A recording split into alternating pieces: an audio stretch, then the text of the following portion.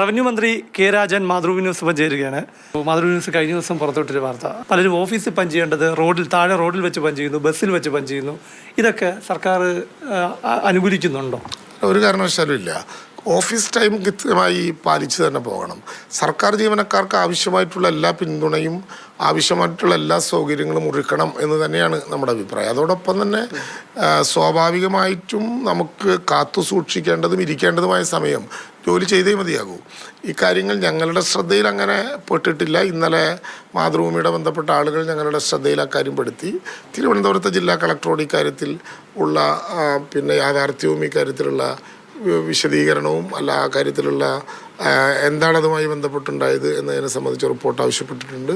ഏതെങ്കിലും വിധത്തിൽ സർക്കാരിൻ്റെ സമയക്രമത്തെ അതിലംഘിക്കാനോ അതിനെ മാറ്റാനോ വേറെ വിധത്തിൽ പെരുമാറാനോ പഞ്ചിങ്ങിനെ മറികടക്കാനോ ഒരാളെ അനുവദിക്കുന്ന പ്രശ്നമില്ല. ബയോമെട്രിക് പഞ്ചിങ് കൊണ്ടുവന്ന് തന്നെ ഈ ഭരണം കാര്യക്ഷമമാക്കുന്നതിന് വേണ്ടിയാണ് ഭരണ നിർവഹണം.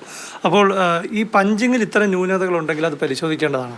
പഞ്ചിങ്ങിന് ചില ന്യൂനതകൾ ഉണ്ടാവും, പരിശോധിക്കപ്പെടേണ്ടി വരും. അതോടൊപ്പം തന്നെ നമ്മൾ കാണേണ്ട കാര്യം, രാത്രി 12 മണി വരെ ഇരുന്ന് ജോലി ചെയ്യുന്ന ഉദ്യോഗസ്ഥന്മാരുണ്ട്, വീട്ടിൽ പോയിട്ട് ഓൺലൈനായി ചെയ്യുന്നവരുമുണ്ട്.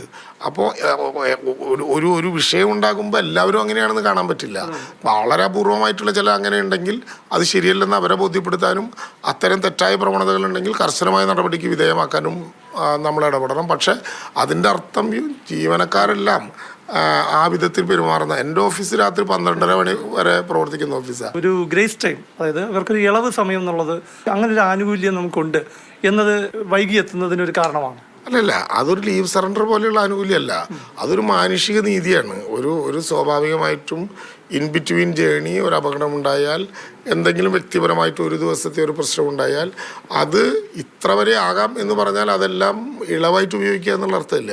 അത് ഉറപ്പായിട്ടും അക്കാര്യത്തിൽ ഗൗരവമായിട്ട് തന്നെ ഗവൺമെൻറ് ഇടപെടും. ഗ്രേസ് ടൈം എന്ന ആനുകൂല്യം ഒരു അവകാശമായി കണ്ട് അത് മിസ്യൂസ് ചെയ്യപ്പെടുന്നുണ്ട്. അല്ല, ഗ്രേസ് ടൈമിൽ ഒരു ആനുകൂല്യമുണ്ട്.